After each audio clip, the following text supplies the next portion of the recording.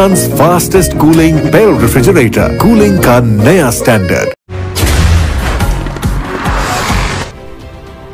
Muzaffargarh bureau chief M Imran Sahil से Muzaffargarh police ने 2.25 करोड़ रुपए की डकैती की वारदात ट्रेस कर ली। वारदात में मुलविस गैंग के 2 अफराद को गिरफ्तार करके इनसे डकैती के दौरान लूटा गया तकरीबन 88 लाख रुपए मालियत का सामान और डकैती किया गया ट्रक बरामद कर लिया गया। इन ख्यालात का इजहार डीएसपी सिटी इमरान रशीद और एसएचओ थाना सदर दानिश अली ने थाना सदर में प्रेस कॉन्फ्रेंस करते हुए किया। इनका कहना था कि कराची एयरपोर्ट से एक फैमिली की जानिब से इम्पोर्टेड सामान इस्लामाबाद के लिए बुक करवाया गया था। 1 अक्टूबर 2021 को 6 नामालूम मुसल्लह डाकुओं ने चमन बाईपास के करीब इम्पोर्टेड सामान से भरे ट्रक को लूट लिया। पुलिस अफसरान का कहना था कि लूटे गए सामान और ट्रक की कीमत तकरीबन 2.25 करोड़ रुपए थी।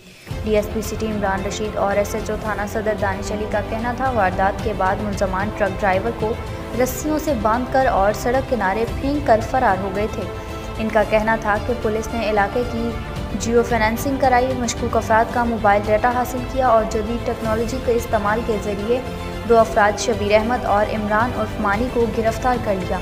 डीएसपी सिटी इमरान रशीद और एसएचओ थाना सदर दानिश अली का कहना था कि गिरफ्तार मुलजिम शबीर अहमद की निशानदही पर इसके घर से 38 लाख रुपए मालियत का डकैती शुदा सामान और खानपुर बगाशेर में रेत के टैलों में छुपा हुआ डकैती शुदा ट्रक बरामद कर लिया गया, जबकि दूसरे मुलजिम इमरान उर्फ मानी की निशानदही पर उसके घर से 50 लाख रुपए मालियत का सामान बरामद कर लिया गया। पुलिस अफसरान का कहना था कि डकैती की वारदात में मुलविस दीगर मुलजमान की गिरफ्तारी के लिए